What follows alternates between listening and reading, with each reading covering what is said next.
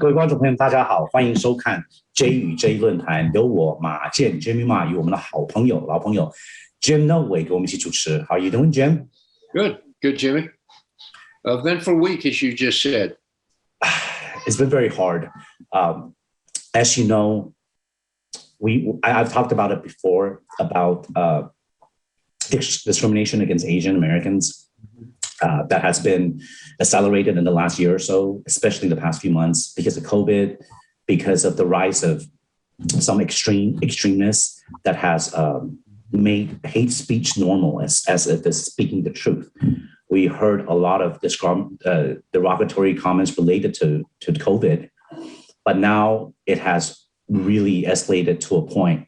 What happened in Atlanta yesterday with the lives lost? I feel like Asians are being marginalized. First of all, Jim, the reason why I really value your advice, because you could always bring up points that other people cannot see, but I cannot see. Let me explain to you a little bit about how Asian Americans are usually, majority of us, we're taught to be the model minority. Most of us are immigrants. And to us, we don't speak the English when our parents came here, or grandparents, and we made it. We scraped and got an education and made it. And we always thought that, hey, this is America. Everyone has a chance. We made it. But what we don't realize is that in a society like United States of America, you have to speak up for yourself. You have to fight for your rights. You have to ask for, demand a seat at the table.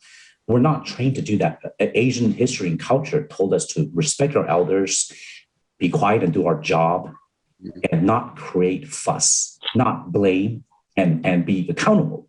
However, it doesn't work when it comes to this.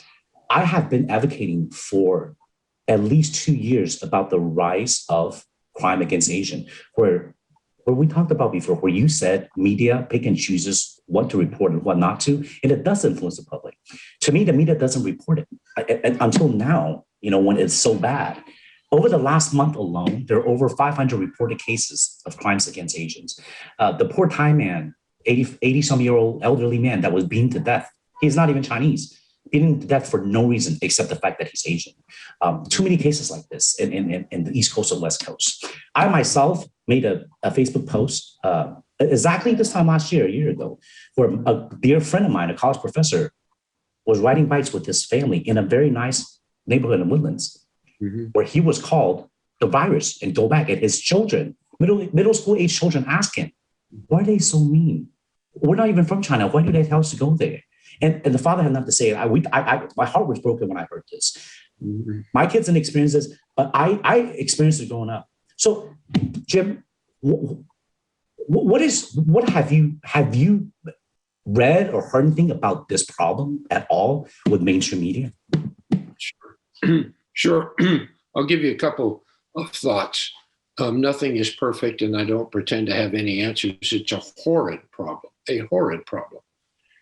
The first one is, from the time I grew up, many of my classmates in school were Chinese American, of Chinese descent, Japanese American, other Asian. California, you're from California. Yeah, I grew up on a farm, and there were people from literally all over the world. There was anti-Chinese discrimination and all the other things that go along with it. And my point in bringing this up is it's really nothing new. And it's a shame, a terrible shame. And it's part of the American history of racism. That's number one. I think it has been going on a long time.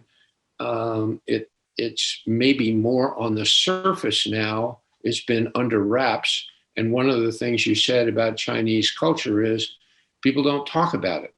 They don't, Chinese culture is somewhat famous internally for not talking about mental illness or other things. Everything is saving face and being quiet. That's kind of, so the first point is it's been going on a long time. The second point is, I think the media, for one reason or another, maybe it's because there have been a few horrific incidents that have captured the public's attention. The media is now forced to report on it and deal with it. I think they've been, what's the right word, negligent by not covering it. And the reason for that is there's certainly been in the last 2 or 3 or 4 years a lot more attention paid to race relations in the United States. Oh, we must have a conversation about race. But the politically correct definition of that and discussion of that is white on black racism. There's relatively little discussion about discrimination against Asians, or for that matter, even Hispanics. And some we use euphemism like people of color, okay? Maybe that's now a global term for any minority. I don't think or society at large knows how to deal with this whole concept, but I think Asians have been mistreated by the public media by virtue of neglect.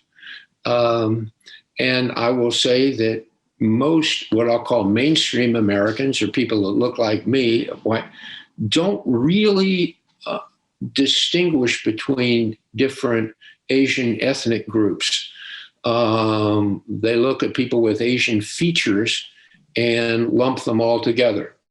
So I think reluctantly the media is belatedly paying attention, and they're frankly not equipped to do it. The third thing that I mentioned is this is part of a larger crime problem in the United States. And the man who committed these horrific attacks in Atlanta yesterday, he had his own mental problems and his own demons. It's not unlike what happened in Charleston or in Connecticut, these massive hate crimes. Yes, it is. In my opinion, it is a hate crime. It was fostered by his own demons. He had a problem. He took it out on some people, and it was terribly ironic because they serviced his ability to deal with his demons. I think it's a terrible mental case, and I would be very reluctant to extrapolate and draw larger conclusions about this. In many of the other instances I've seen reported, it's frankly not white supremacy. It's black thugs that are taking advantage of elderly people. These elderly people that I've seen the examples of happen to be Asians. Why? They're walking in neighborhoods, possibly in the evening, possibly they're thought to be carrying cash. I don't know. I would look at the perpetrators, which brings me to the next point. This large crime problem is getting worse. Why? Because in other quarters of our society, we are defunding the police. We are not taking care of crime, street crime, the way it should be. In Houston, it's up depending on how you define crime, it's up 30 to 50%. New York, it's even worse. We need much, much better law enforcement, and we need to keep the perpetrators in jail. I will bet if some of these violent attacks, the criminals are actually caught and done research, I will bet you they are serial criminals that should not have been on the street. So I think it's much part of larger issues. I grieve for the people who are the victims. I'm not sure that there is anything terribly unique or extraordinary about it. I think you go into certain neighborhoods. I mean, look at the rampant increase in violent crime in Black neighborhoods, Black on Black crime. It's humongous. It's an affront to our society and in general. And I think we absolutely need to clamp down and keep the bad guys in jail. Go ahead. The fact that, Jim, first, I appreciate your insight. I would have to disagree on a few points, Okay. which definitely you're not Asian American, so I cannot imagine to ask you to think about from our perspective. But I would like to say this: the very fact that this crime is being commented as not unique, the very fact that it's being lumped together as by career criminals, by defunding police, perpetrates this marginalization of Asian Americans. It is not unique. I mean, it is unique. It is not unique. The fact that a young man, we blame it on mental illness, or he has problems, or the epidemic of crime waves. And no, when you're in a low-income area and there's petty crime for cash, that's crime, violent crime. But this is targeted specifically against Asian Americans.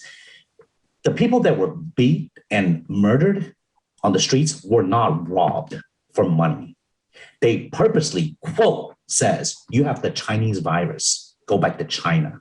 The 87-year-old murder of Thai immigrant Vichar Rantamapaki, and this is all within the last few months, the brutal assault of the 60-year-old man in San Francisco and the beating of the 27-year-old Danny Kim, every one of the perpetrators did not take money from them. They've said it. In San Antonio, they spray paint Kung Flu. Well, the one thing that you said that is true is, yes, the crimes perpetrated against Asian Americans crosses all race. It's not just white folks or black folks, it's all. But this is unique. This cannot be swept under the rug and marginalized or the term whitewashed. This is the problem with media. It's telling us that, hey, yeah, this is what happens when you defund the police. This is what happens when you allow criminals on the street. Yes, those are problems, but that is not why we have this unprecedented wave. Yes, there's always been discrimination in this nation, but our nation is built on immigration. We're a nation full of immigrants. We're not based on discrimination. We have problems, but we've always worked hard to deal with it. But the way to deal with it is to educate, to talk about it in public, to have honest conversations, to bring awareness. But if we're finding excuses for the criminals or by marginalizing Asian American plight, then that to me is what the problem is. That's why we're here today. We don't unite. We don't have a ACLU or a civil rights organizations. We work with others because we have Asian Americans. The numbers doesn't lie. Asian Americans have the highest income and the highest educational level among all races, including Caucasian. Mm-hmm. But we have the least number of executives. We have the least number of folks in the tech industry, even though the majority of tech workers are Asian American. But we're far less represented, just like in Congress or in government. We're just not. Coming from a lot of countries, war-torn, a lot of Asian immigrants came from countries that did not give them a chance to vote or to voice their opinion. Mm-hmm. A lot of them came here after they're adults. They did not go through government class in high school or learning what is the right to be American citizen, the right to vote and to be active and be involved. They don't know. They have to make it. They have to survive. They worked. But the countries they came from did not allow them to have a voice. But in this country, we have to. So look, don't get me wrong. I am not saying what you're saying is not true. What you're saying is really what the majority of Americans do think that. But I'm explaining to you that why that narrative is what causes our problems. Because you are somebody that is sensible and logical, and you understand, you want to understand it, and you do want to help. Mm-hmm. But how could someone even like you, the majority of Americans, could help when to them, well, this crime's always been there. Oh, well, this is not unique. It's a mental issue. Is that criminal? Is the funding? That has nothing to do with this. This is happening a lot more now because of this last year, because of the pandemic. The pandemic doesn't know race, and it could be any country, any person. But the fact that the media allows certain politicians to say these things, the fact that our former president say these things, and the fact that the media doesn't classify this as a hate crime. If this happened to an African-American male or Hispanic, this is automatic, is a hate crime. There's no doubt, because they said it themselves. The criminals said it themselves. They just want you to go back because, this is, you guys brought the virus. They didn't take any money from them. And the reported ones, I mean, less than 10% of whatever number is, very small percentage being reported. It's happening a lot more than we think. And the fact that social media and technology allows me to see so many of it amongst Asian websites, Asian American advocacy groups, I see it. I don't see it on CNN on the main until this happened.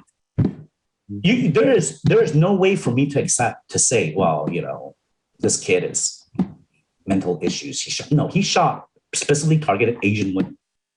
This is a hate crime, like you said, through and through. How do we deal with it? How do we have an honest conversation so that mainstream, the majority of Americans could see our plight, to know that we're not asking for more. We're just asking to be treated equally. We're asking for this kind of, not ignorance, this kind of whitewashing, this kind of nonchalantness to stop. This is a problem. This is a problem that is specific toward us, just like there's specific problems toward African Americans, specific racism toward Hispanic. After 9/11, there are blatant racism against folks from the Middle East or from India or anyone that wears a turban. It was being called out. We see that. We educated. I was in grad school. I see my friends talk about it. We see in the media.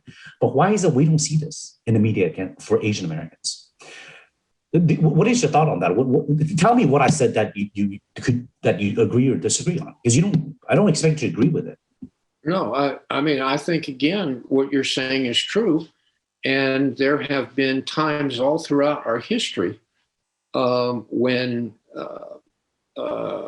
people who are descendants from other parts of the world, like now Asians, you mentioned the anti-Islam or anti-Middle Eastern. We've had that.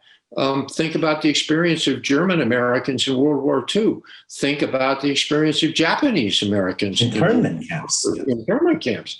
I mean, look, when there's a problem, a lot of mainstream people in the United States, but mainstream people in Germany in World War II blamed their problems on the Jewish people. Okay. I'm not trying to make light of it in any way. It's horrid.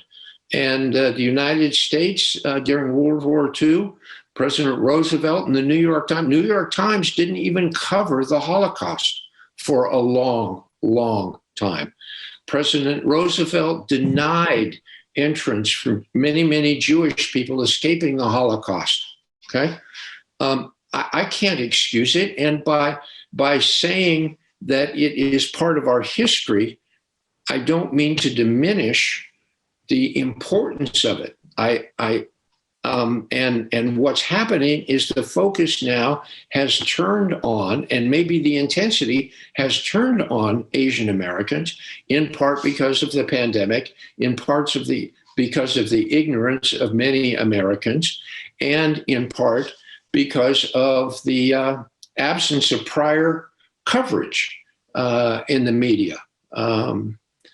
And maybe in part because, as you have said, and is perfectly correct, Asian Americans have been the clear success story, and particularly in recent years, particularly in the last 20, 25 years. We've had Chinese and Japanese and Korean immigration in the United States, particularly on the West Coast and some big East Coast cities like New York for a very long time. But the prosperity that the Asian populations have earned has really come in the last 20, 25 years, and is something very much to be proud of in economics, in culture, in academics. What Harvard is now discriminating against Asian applicants, many of the Ivy League schools, and those are only the ones we know about. Why? Because you're too successful. So I think it's just part of the ignorance of Americans, even though we are built on immigration. And many of the people who are accused of being white supremacists, their ancestors, probably only 2 or 3 generations ago, came from Germany, came from other parts of Europe. It's a terrible weakness. Let me tell you a quick story. I may have mentioned this to you before. 20, 25 years ago when I worked with Maxam, we worked with a number of Indian tribes because we owned the Sam Houston Race Park. And under Indian law, or under American law with Indian tribes, Indians are permitted on their reservations to have gambling. And we tried to make a joint venture with the Coshada Indians along the Sabine River. Louisiana. Yeah. And between Louisiana and Texas. And I got to know, believe it or not, a woman chief whose English name was very interesting. And she took a French name. And we were talking, and we got to know each other quite well. And she said, Mr. Noteware, I have some advice for you. And I said, what is that, Chief? And she said, be very careful of your immigration policy. We screwed up ours. Oh, wow. Wow.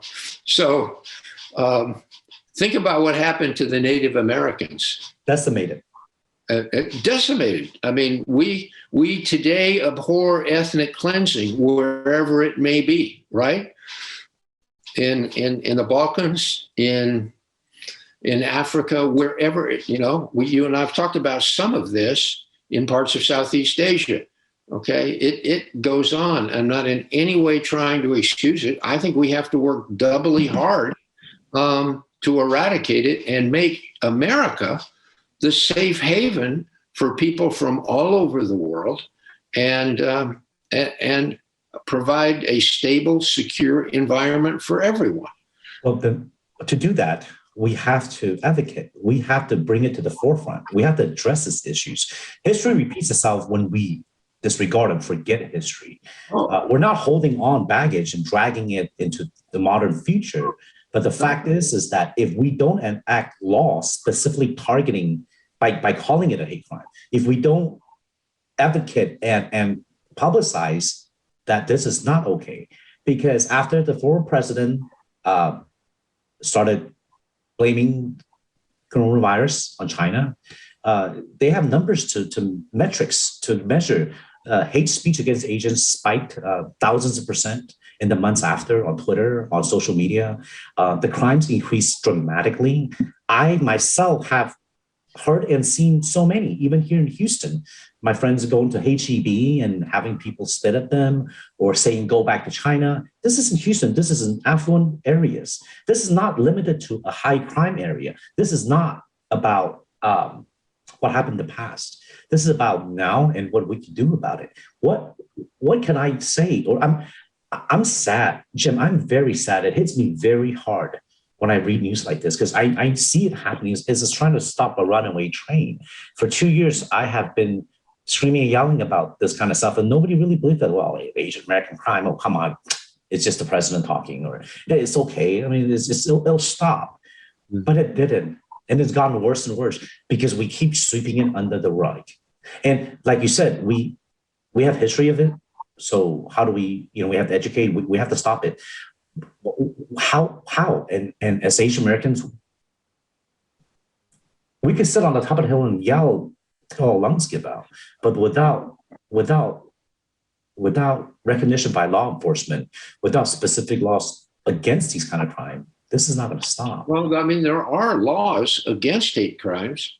I remember in the 2000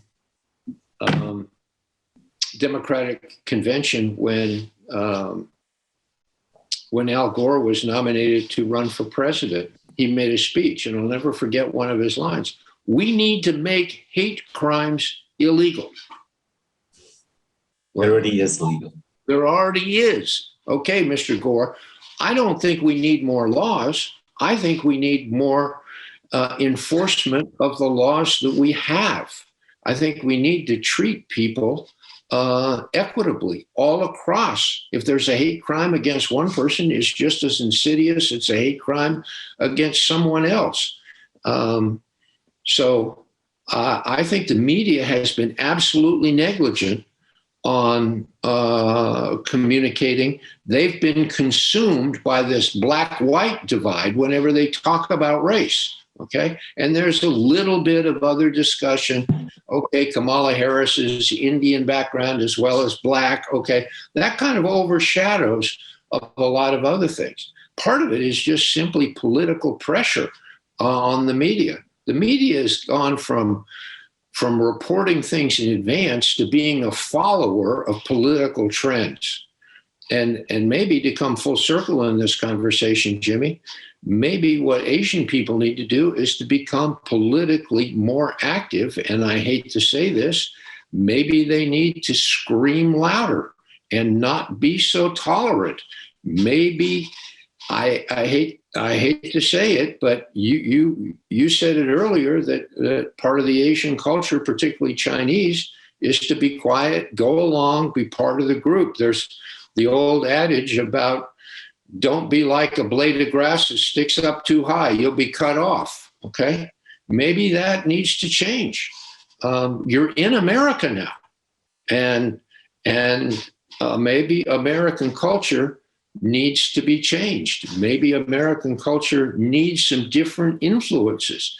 I wish, speaking selfishly, I wish the Asian culture and dedication to getting ahead in so many ways, the work ethic, the success, I wish that were brought into and celebrated more within our entire education system. Why don't we have more Asian teachers in our public schools that provide the leadership and discipline and challenges to other populations? I mean, I'm just giving you that as one example. I think there's plenty of opportunity for, within the large American experience, for more Asian people to take much more leadership positions. And you mentioned earlier about not very many Asian people participating in politics. There's quite a lot today, and have been for a while, particularly in California and along the West Coast. There's several members of the California congressional delegation that are of Asian descent. Yes, there is.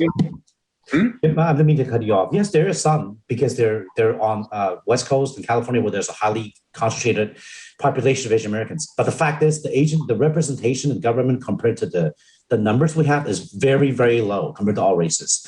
Public foundation, charity money. I participate in OCA, a study that shows that less than 1% goes to Asian American advocacy groups, because we don't have the structural organization to get these grants. We don't, I don't want to blame or make excuses. You're absolutely right on that. We, as Asian Americans, have to get representation, have to be advocates, have to be run for office and be more involved. There's no doubt. But I can also tell you why a lot of Asian Americans don't run for office. Someone like me, or let's say my parents, how are they going to run for office when they didn't, the fact they didn't grow up here? Yes, you always see the one or two extreme examples.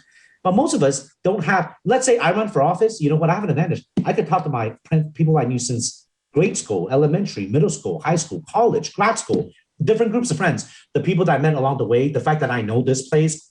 Mm-hmm. I could talk to my buddy's dad at a bank for a loan because they know me for my whole life. I could get into this country club. Those are advantages that immigrants, Asian Americans, are not afforded. And the fact that we don't speak this language as a first language. My parents are very fluent English compared to most. But I know many that is not. And we want to run for office, for example. We perhaps don't know how. But yes, you're right. We need to. We absolutely need to. But to get there, we have to publicize. We have to educate Asian Americans and the general public that there is, first recognize that there is a problem. This is a problem. No matter what caused this problem, mm-hmm. But in the last few years, it has been brought to the forefront mm-hmm. that it is not unique. It is not related to anything else. We have to address it. We have to deal with it.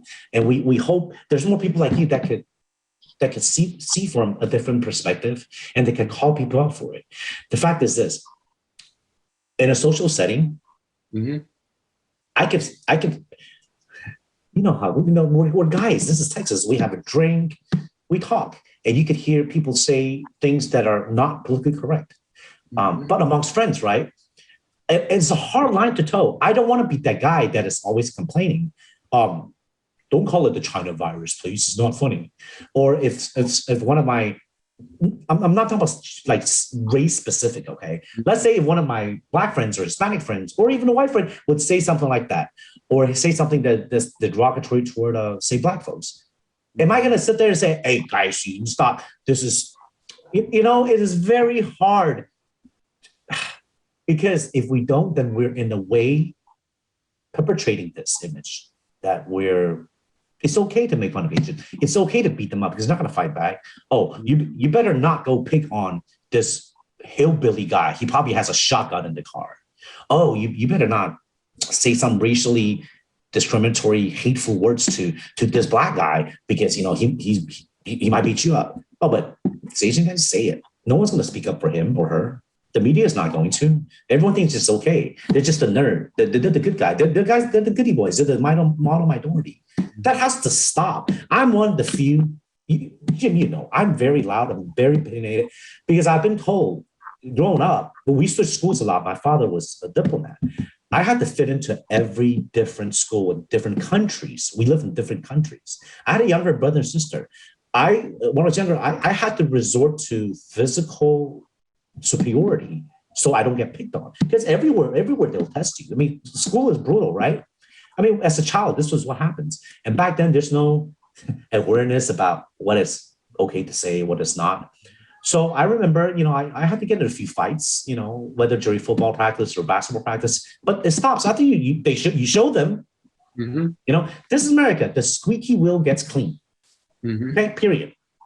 You stay quiet and you don't want to be the tall blade. Well, then you're going to get picked on. You're going to get bullied. I tell my kids, you don't get to be a bully. But if a bully picks on you, you're going to say something about it. You're not going to rap or tattletale.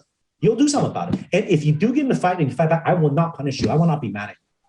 As long as we know that you're defending yourself. Asian parents don't tell their kids that. They're like, oh, you just study and get a good grade and go to a good school. Don't worry about it. It's not your problem. You can't change anything. Running an office? Are you kidding me? I spent all this money on tuition, tutors, and Kumon and grad school, and now you're going to go run for office, public office, where you're going to get attacked. You don't know anybody here. You don't have deep-rooted ties. Look at this guy running, your opponent. His third generation Texan. His family's part of this and this, and they know this and this. You can't compete against that. That's what people will say. That's the push against it. I understand that, but I think there's some examples of some things changing. I mean, I'm on a first name basis with two state representatives that are Asian, Gene Wu and Hubert Vo, pardon me. Gene and Hubert are both very good friends. But once again, like I said, they're very unique and rare examples. I love both of Gene and Hubert does so much for a community. But the fact is they're very outspoken too.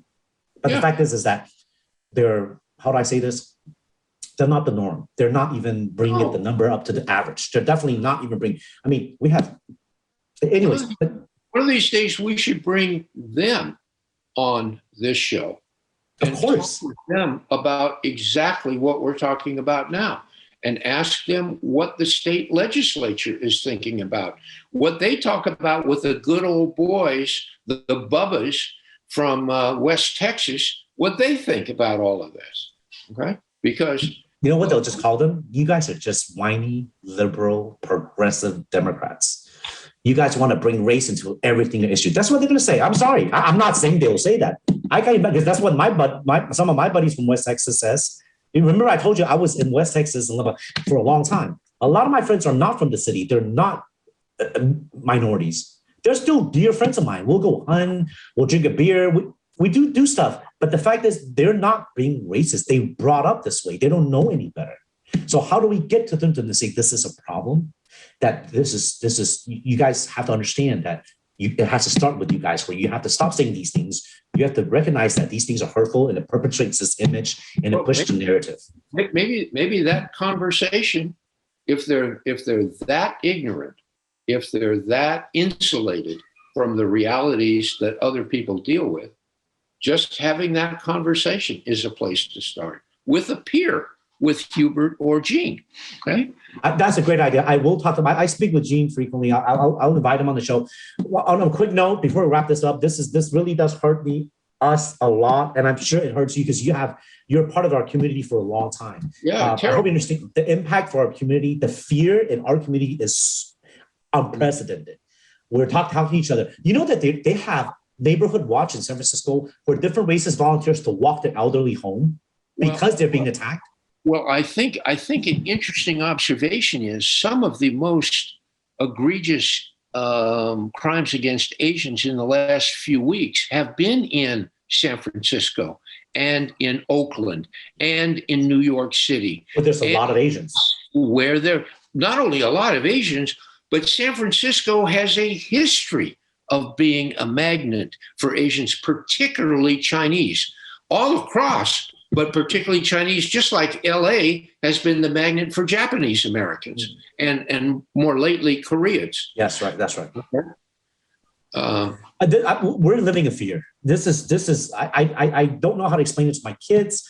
We're lucky to be in Texas. We drive. We're the good neighborhoods, and of course, we all have concealed handgun license.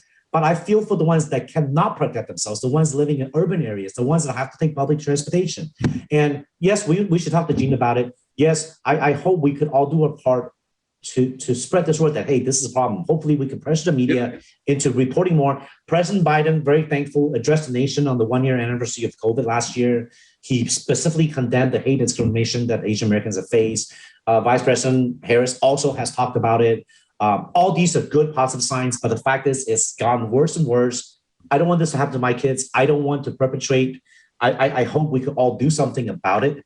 I know that you know the success stories. I know that you see the traits, but those good traits that you mentioned before, working hard, all the sacrifices we made so that we could have a good life, I cannot assume other people will make that sacrifice because it is no doubt a sacrifice. I know my parents, my grandparents, no doubt is sacrificing. They didn't get to buy an RV or go to Hawaii. They didn't take vacations. We were, they scraped. But the fact is not everyone could do that. And those traits are also specifically also why we are not more outspoken, or we should be, or stand on top of the hill and scream our lungs out. People like me and Gene, Hubert, I get a lot of attacks, Jim. How do I say this? Being outspoken is not, in the Asian community, is not a good thing. I lose business. I'm criticized. I hear things from my people, my friends, or my parents, where they get complaints. Well, Jimmy, why is he talking some politics? Tell him to just shut it and he has a good job. What is he doing? You're alienating people. No, you guys are just immigrants. Don't act like you belong here. That is absolutely not true. This is our country. We are Americans. We have to do our part. How could you judge me by talking about something that I believe in? But we're told, no, come on, please. You're too animated. You're too opinionated. Okay, there are going to be people on the other side that you do business with too. You don't want to do that to them. Well, then if they're going to not work with me or not be friends with me because of my political views, then I don't want friends like that. But you don't understand the dilemma, this tightrope we have to walk.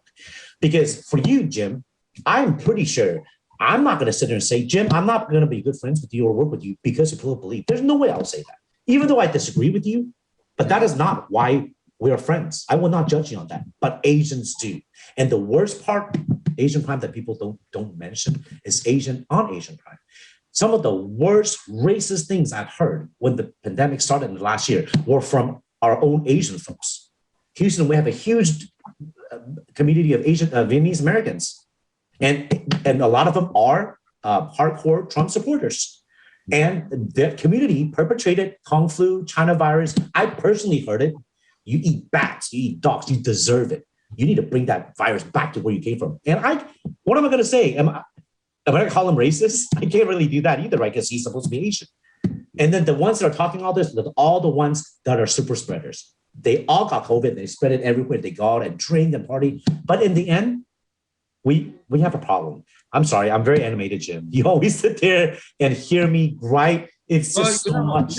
Maybe, Jimmy, when you edit, maybe when we get off and you edit this, maybe you can give a message to our audience to contact us back about how they're really feeling, what they think, we ought to do, let's do a little poll of our audience and ask them how our American system should adapt to this, to confront the problem and adapt.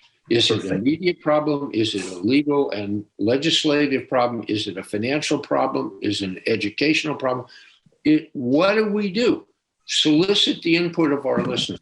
Perfect. Okay. No, I'm going to leave this here. So audience,各位观众, leave comments, okay? You can do this on YouTube. Leave comments. Let us know. You could email me. You could talk to the station. We would love to hear from you and see what or what you've experienced here in Houston. If you're in Houston or any more part of the world, share your stories with us. Share how you deal with it, how you teach your kids, or how you personally deal with it, how you internalize it, and hopefully we could all have solutions or different ways to make it better, to make this better. Because this nation, we all deserve this. It's equal rights. It's basic human rights. You know, this is America. We all have equal rights. And Jim, once again, thank you so much for your advice and your kindness and your patience. I look forward to talking to you next week. Okay, good. Call me from Aspen. All right, take care, buddy. Enjoy. Bye-bye. Right, thank you. Bye-bye.